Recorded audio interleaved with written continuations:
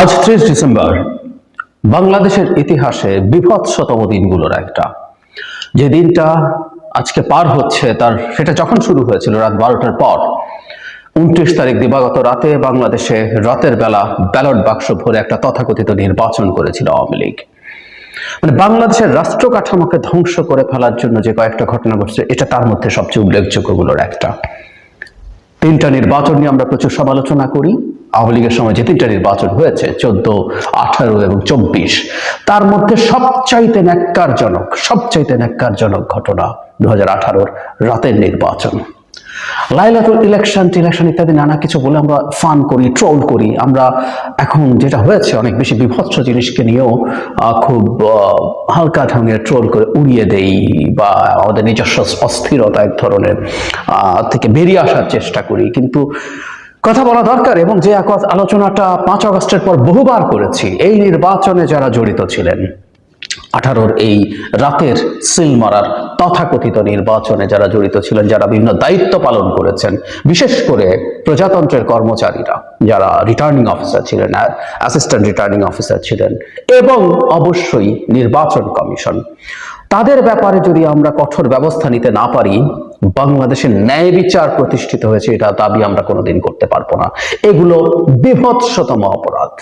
নির্বাচনকে যা করা হয়েছে, একটা স্টেটকে ধ্বংস করা হয়েছে এটার মাধ্যমে। সমকাল অসাধারণ, দুর্দান্ত একটা রিপোর্ট করেছে এটা নিয়ে। আমি রিপোর্টটা দিয়ে দেবো, এটারই কিছু অংশ পড়তে চাই, সাথে কিছু নিজস্ব মন্তব্য দিতে চাই। এখানে একটা নির্বাচনী এলাকা বরিশাল 1 নিয়ে কথাবার্তা হচ্ছে। এখানে আবুল হাসনাত আবদুল্লাহকে জেতানোর জন্য বিএনপির জহিরুদ্দিন স্বপন ভাইয়ের সাথে কি হয়েছে সেটা বলা হয়েছে।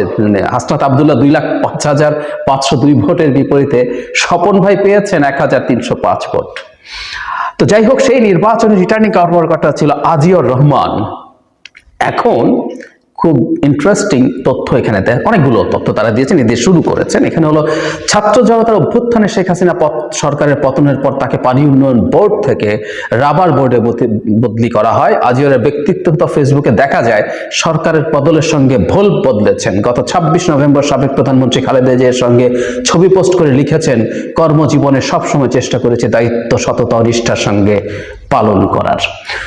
মানুষের অসভ্যতা, নির্লজ্জতা কোন জায়গায় যেতে পারে? হ্যাঁ, যেতেই পারে, কারণ আমরা কিছু করি নাই তাদের সাথে, কিছু করিনি তাদেরকে। খুব বিস্তারিত রিপোর্ট আছে, আমি এগোতে থাকি। একাদশ সংসদ নির্বাচনে 64 জেলায় 65 রিটার্নিং কর্মকর্তা দায়িত্ব পালন করেন। এরকম 494 উপজেলায় নির্বাহী অফিসাররা ছিলেন সহকারী রিটার্নিং কর্মকর্তা। তো সবাই যে আছে, এদের মধ্যে 13 জনের সাথে সাবেক রিটার্নিং কর্মকর্তার সাথে কথা বলার চেষ্টা করা হয়েছে, কেউ কথা বলেনি, তাদের কর্মস্থলে গিয়েও দেখা পাওয়া যায়নি। অন্তর্বর্তী সরকার একাদশ নির্বাচনে, মানে আর রাতের সিলের নির্বাচনে 6 রিটার্নিং কর্মকর্তাকে ওএসডি করেছে, একজনকে বাকি মানে কম গুরুত্বপূর্ণ পদে পদায়ন করেছে, মানে 7 জন, আর বাকি সবাই আগের পদেই রয়েছেন। উপদেষ্টা আসিফ বলছেন ব্যবস্থা নেওয়া হবে। কি হয়েছে আমরা খুব ভালো মতো জানি। এখানে নির্বাচন ব্যবস্থা সংস্কার কমিশনের সাথে আলাপচারিতায় এসব ব্যাপারে কিছু স্বীকারোক্তি আছে। আমি রিপোর্টটা দেবো, আপনারা প্লিজ ধৈর্য ধরে পুরোটা পড়ে নেবেন। এটা খুবই গুরুত্বপূর্ণ, খুবই জরুরি। এখানে কোর কমিটির এই জায়গাটা আমি একটু পড়ি। একাদশ সংসদ নির্বাচনে আওয়ামী লীগ সভাপতি শেখ হাসিনার নেতৃত্বে 33 সদস্যের নির্বাচনী কোর কমিটি করেছিল দলটি। এর কো-চেয়ারম্যান ছিলেন এইচ.টি. ইমাম। এই কমিটির একজন সদস্য সম্প্রতি সমকালকে বলেছেন, শেখ হাসিনা প্রতিশ্রুতি দিল, পরাজয়ের আশঙ্কা থাকা আওয়ামী লীগের সুষ্ঠু নির্বাচনের পরিকল্পনা কখনোই ছিল না। শেখ হাসিনার পরিকল্পনা 60 থেকে 80 আসন বিএনপিকে দেওয়া হবে, বাকি আসন আওয়ামী লীগ ও শরিকরা নেবে, সেগুলোতে সুষ্ঠু নির্বাচন হবে না। সেই নেতা বলছেন, এইচ.টি. ইমাম এবং তৎকালীন প্রধান উপদেষ্টা তৌফিক ইলাহি চৌধুরী বীর বিক্রম একটি আসনেও সুষ্ঠু নির্বাচনে দিতে রাজি ছিলেন না। এই 2 সাবেক আমলা ডিসিদের নির্দেশ দেন, বিএনপি জোটকে ছাড় দেওয়া যাবে না। এসপিদের নির্দেশ ছিল, বিএনপি জোটের প্রার্থীদের প্রচারে নামতে দেওয়া যাবে না। সেই নির্বাচনে বিএনপির 23 প্রার্থী কারাগারে ছিলেন, 54 জন হামলার শিকার হন ভোটের প্রচারে। এরপর আমরা খুব ভালো মতো জানি, কিন্তু এখানে অত্যন্ত গুরুত্বপূর্ণ একটা জিনিস আছে, আমি আপনাদের সবার দৃষ্টি আকর্ষণ করছি। প্রধানমন্ত্রীর কার্যালয়ের অধীন জাতীয় নিরাপত্তা গোয়েন্দা সংস্থা এনএসআই 2018 সালের নির্বাচনের আগে বিভাগওয়ারি যে জরিপ করেছিল তার প্রতিবেদন সমকালের কাছে রয়েছে। এই প্রতিবেদন অনুযায়ী একাদশ নির্বাচনে মাত্র 22 আসনে আওয়ামী লীগের জয় নিশ্চিত ছিল। বাকিগুলোতে বিএনপি কিংবা জামায়াত ইসলামের প্রার্থী জয়ের সম্ভাবনা ছিল। আওয়ামী লীগের মিত্র জাতীয় পার্টি জয়ের সম্ভাবনা ছিল একটি আসনে। বিএনপি জোটের 211 আসনে জয়ের সম্ভাবনা প্রবল ছিল। লড়াই হতে পারে এমন সব আসনে বিরোধী জোট এগিয়েছিল। আমি অন্তত বহুদিন একটা কথা বলেছিলাম যে বাংলাদেশের নির্বাচনের মাঠের অবস্থা শেখ হাসিনা চাইতে ভালো কে জানে, তার প্রচুর গোয়েন্দা সংস্থা আছে। মানে তারা দিনের বেলা নির্বাচন হলেও সেটাকে ম্যানিপুলেট করতে পারবেন না, মানে সেই শক্তি তাদের হয়ে উঠতো না। তাই এতটাই তারা জানতেন যে মানুষ নেমে আসতো মাঠে ভোট দেওয়ার জন্য, ঠেকানো যেত না। তাই রাতে তারা সিল মারা নিশ্চিত করেছিলেন এবং খুব চমৎকারভাবে এই ডেটাটা এখন আছে। আমি এই জায়গাটা আবারও বলি, মাত্র 22 আসনে আওয়ামী লীগের জয় নিশ্চিত ছিল। আমি এটাতেও সন্দিহান 22 আসন পেত কিনা। যাই হোক, এরপর খুবই বিস্তারিত ঢাকা 15-র উদাহরণ দিয়েছে। 7টার দিকে একজন উপপরিদর্শকের নেতৃত্বে কয়েক পুলিশ সদস্য এসে পেপার এবং সিল চান, পরে প্রিসাইডিং অফিসারের কাছ থেকে নিয়ে 4008 ভোটের মধ্যে 3000ই আগের রাতে মেরে দেন। এরকম প্রচুর বিভিন্ন সময় পুলিশ এসে এগুলো কাজগুলো করেছে। একাদশ সংসদ নির্বাচনে ভোট কেন্দ্র ছিল 40,183। সমান সংখ্যক প্রথম ও দ্বিতীয় শ্রেণী কর্মকর্তারা প্রিজাইডিং কর্মকর্তা হিসাবে দায়িত্ব পালন করেন। এরা সবাই আসলে এর পার্ট হয়েছেন এবং না হলে তাদের আর কিছু করার উপায় ছিল না। ময়মনসিংহ জেলায় আওয়ামী লীগ প্রার্থী ছিলেন এমন একজন সমকালকে জানিয়েছেন, সহকারী রিটার্নিং কর্মকর্তা এসপি 50 লাখ করে টাকা নিয়েছিলেন। ওসি নিয়েছিলেন 30 লাখ টাকা। প্রিজাইডিং কর্মকর্তাদের 20 থেকে 30 হাজার টাকা দিতে হয়েছিল। ভোট কেন্দ্রের পুলিশ কনস্টেবলদেরকেও 5-7 হাজার টাকা দেওয়া হয়েছিল। নির্বাচন কমিশনও অনিয়মে যুক্ত ছিল। মানে এখানে নির্বাচন কমিশন জড়িত না থাকলে এটা হতে পারে না। আগের দিন সন্ধ্যার পর থেকেই আসলে রাতে সিল মারার তথ্য পাওয়া যাচ্ছিল। কয়েকজন সাংবাদিক আমাকেও একই রকম তথ্য দিয়েছেন। এটা নিয়ে বিএনপির পক্ষ থেকে জনাব নজরুল ইসলাম খান, জনাব আমির খসরু মাহমুদ চৌধুরী, তারা এসব নিয়ে কথাবার্তা বলেছেন। এসব খুব স্পষ্টভাবেই উল্লেখ আছে এখানে। মানে এখানে ইন্টারেস্টিংটা এরকম যে কোনো নির্বাচনে আওয়ামী লীগ ও বিএনপির ভোটের পার্থক্য 15% বেশি না হলেও একাদশে তা ছিল 64%। তারপরে 103 আসনের 213 ভোট কেন্দ্রে শতভাগ ভোট পড়ে। 1205 কেন্দ্রে ভোট পড়ে 96 থেকে 99%। 90 থেকে 95% ভোট পড়ে 6484টি, অর্থাৎ 7902 কেন্দ্রে 90%-এর বেশি ভোট পড়ে, যা মোট ভোট কেন্দ্রের 20%। মানে ওটা সরিয়ে রাখি, মানে 100% ভোট পড়তে পারে একটা কেন্দ্রে, সেই কেন্দ্রে কেউ মারা যাননি, সেই কেন্দ্রের অধীনে কেউ বিদেশে নেই, এরকম আর কি ব্যাপারটা। মানে কতটা হাস্যকর, কতটা ফালতু ব্যাপার আছে।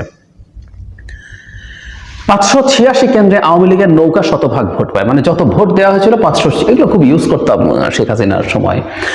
ধানের শীষ 1285টি কেন্দ্রে একটি ভোটও পায়নি ধানের শীষ। মানে এই ঘটনাগুলো সেই সময় ঘটেছে। সে আমলারা এখন কোথায়? এখানে তথ্য দিচ্ছেন, চাঁপাইনবাবগঞ্জের 2টো আসনে বিএনপি জয়ী হয়েছিল, তিনি যুগ্ম সচিব, তিনি আছেন এখন। আমরা মনে করি যে তিনি চেষ্টা করতে পেরেছেন, বা অ্যাটলিস্ট ওই 2টো ছাড় দিয়েছিল সরকার কোনো কারণে। লক্ষ্মীপুর 1 আসনে পরাজিত, অবশ্যই মানে লক্ষ্মীপুর 1 আসনের ওখানকার যিনি রিটার্নিং কর্মকর্তা অঞ্জন চন্দ্র পাল, বর্তমানে ত্রাণ ও দুর্যোগ ব্যবস্থাপনা মন্ত্রণালয়ের যুগ্ম সচিব। তাকে চেষ্টা করা হয়েছিল, তার সচিবালয়ে গিয়ে পাওয়া যায়নি, তার ফোনেও পাওয়া যায়নি। ফোনে পাওয়া গেলে পরে নির্বাচনের কথার সময় উনি আর কথা বলেননি। একই রকম অবস্থা নোয়াখালীর রিটার্নিং কর্মকর্তা তন্ময় দাস পরের 5 বছরে 2টি পদোন্নতি পেয়ে অতিরিক্ত সচিব হন। তাকে 7 নভেম্বর ওএসডি করা হয়েছে, একজনকে ওএসডি করা হয়েছে। মুন্সিগঞ্জের শায়লা ফারজানা, নোয়াখালীর তন্ময় দাস ওএসডি হয়েছে। মানে 6 জন ওএসডি করা হয়েছে। মানে আমরা টোটাল যে রিটার্নিং কর্মকর্তা আছে তার মধ্যে মাত্র 6 জনকে এটা করা হয়েছে। একাদশে যে রিটার্নিং কর্মকর্তা আওয়ামী লীগের আমলের পদে আছেন তারা ফেনীর 2 রিটার্নিং কর্মকর্তা, একদম নাম সহ এখানে পুরো বিস্তারিত তালিকা দিয়ে দেওয়া আছে, আপনারা একটু দেখে নিন এবং রিপোর্টটা পুরোপুরি পড়বেন। মানে এই সরকারকে আমরা একটা অভিযোগ সবসময় করি, তার অসততা নিয়ে আমরা আলাপ করি না। আমরা বিশ্বাস করি যে উপদেষ্টারা আছেন তারা সবাই সৎ মানুষ, কিন্তু তাদের মধ্যে কিছুটা অদক্ষতা আছে, অযোগ্যতাও আছে, নানা কারণে। সে কারণে ব্যাখ্যা আমাদের জরুরি না। এবং একটা জিনিস আমরা বারবার বলি যে তাদের মধ্যে কাজ করা বা কাজকে ভিজিবল করার চেষ্টার অভাব আছে, ইনঅ্যাকশন আছে। 18 সালের নির্বাচনে যে রাতের ভোট যারা করেছেন তাদের বিরুদ্ধে যদি সরকার ব্যবস্থা নিতে না পারেন, এখানে শুধু রিটার্নিং কর্মকর্তার কথা বলা আছে, অ্যাসিস্ট্যান্ট রিটার্নিং কর্মকর্তা প্রায় 500, যে ওই সময় যারা ইউএনও ছিলেন তারা এখন ডেপুটি সেক্রেটারি লেভেলে নিশ্চয়ই চলে এসছেন, সেই মানুষগুলো 500 কি করা হয়েছে, এদের বিরুদ্ধে যদি ব্যবস্থা না নেওয়া হয়, এটা তো হলো শুধু বিভাগীয় ব্যবস্থা, এদের বিরুদ্ধে ফৌজদারি ব্যবস্থা নেওয়া উচিত আমি মনে করি, খুব সিরিয়াসলি মনে করি। শুধু তাই না, নির্বাচন কমিশন তৎকালীন নুরুল হুদা এবং তার কমিশন, তাদেরকেও ফৌজদারি বিচারের আওতায় আনা দরকার। এই কাজগুলো করা সম্ভব।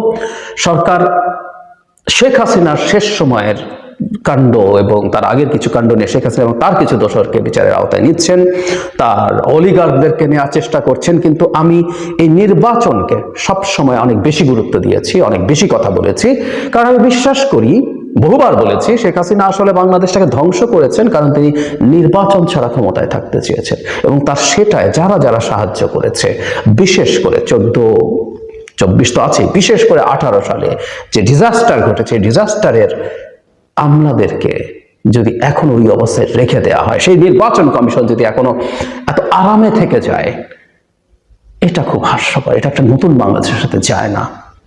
আমাদের প্রচুর সরগোল করা দরকার, প্রচুর সরগোল করা দরকার, যাতে এই মানুষগুলোকে যথেষ্ট পরিমাণ কঠোর বিচারের মুখোমুখি করা যায়।